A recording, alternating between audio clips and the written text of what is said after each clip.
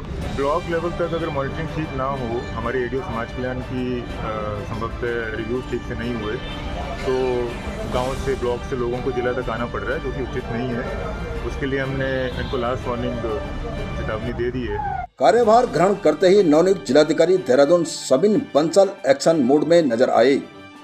जिलाधिकारी देहरादून ने नगर निगम देहरादून में वर्षों से चली आ रही कार्य प्रणाली को कार्यभार ग्रहण करने के 5वें दिन में ही बदल डाला।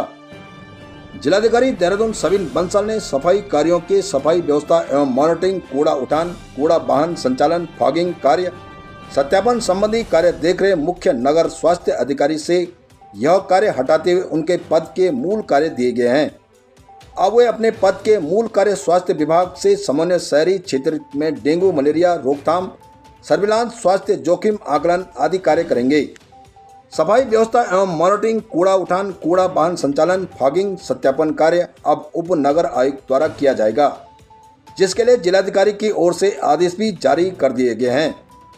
आपको बता दें कि नवनियुक्त जिलाधिकारी देहरादून सबिन बंसल ने कार्यभार ग्रहण करते ही वे आजकल एक्शन मोड में नजर आ रहे हैं।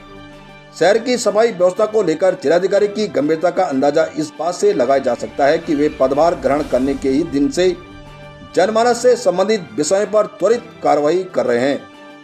जिलाधिकारी ने कार्यभार ग्रहण करने के दूसरे दिन ही 6 सितंबर को देर शाम नगर निगम पहुंचकर सफाई व्यवस्थाओं को लेकर अधिकारियों को तलब किया था। जिलाधिकारी ने शहर के कूड़ा निस्तारण कार्यों की भी समीक्षा करते हुए अनुबंधित कंपनियों को कार्य प्रवृत्ति में सुधार लाने हेतु 45 दिन की मोहलत दी है। जिलाधिकारी ने स्पष्ट चेतावनी देते हुए कहा कि कार्यों में जो भी जिम्मेदार अधिकारी अपने कार्य में लापरवाही बरतता है तो उनके विरुद्ध कड़ी से कड़ी कार्रवाई की जाएगी। पर अब देखना है कि नवनियुक्त जिलाधिकारी देहरादून के इस सख्त मिजाज से अधिकारी अपनी कार्यशैली में सुधार लाते कि नहीं, यह आने वाला वक्त बताएगा। उत्तराखंड प्रहरी न्यूज चैनल संपादक विनोद रोहताण की ये रिपोर्ट।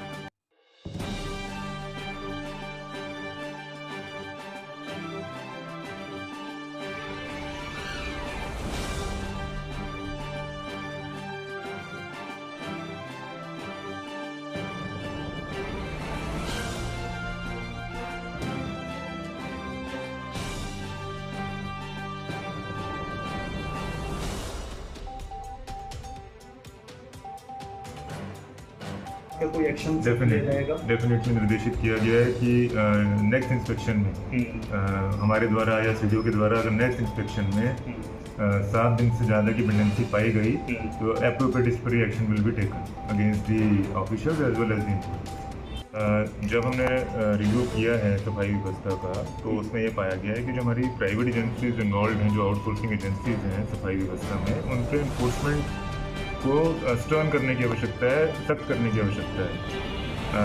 उनके कॉन्ट्रैक्ट एग्रीमेंट की क्लॉजेज ठीक से मैनेज नहीं हो पा रहे थे।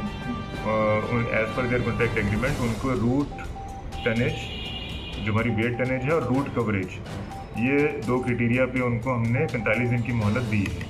हर एक 15 दिन में ये 2 क्राइटेरिया उनके रिव्यू किए जाएंगे। अगर इनमें हमको इंक्रीजिंग ट्रेंड दिखता है तब तो we will maintain those agency.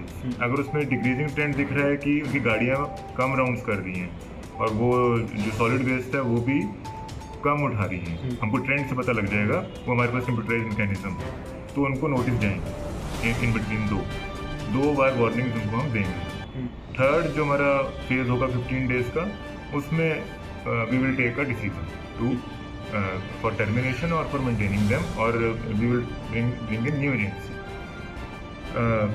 Thirdly जो हमारे सहायक नगर आयुक्त हैं और हमारे डिप्टी नगर आयुक्त हैं, उसमें हमने 8 ऑफिसर्स आइडेंटिफाई किए हैं।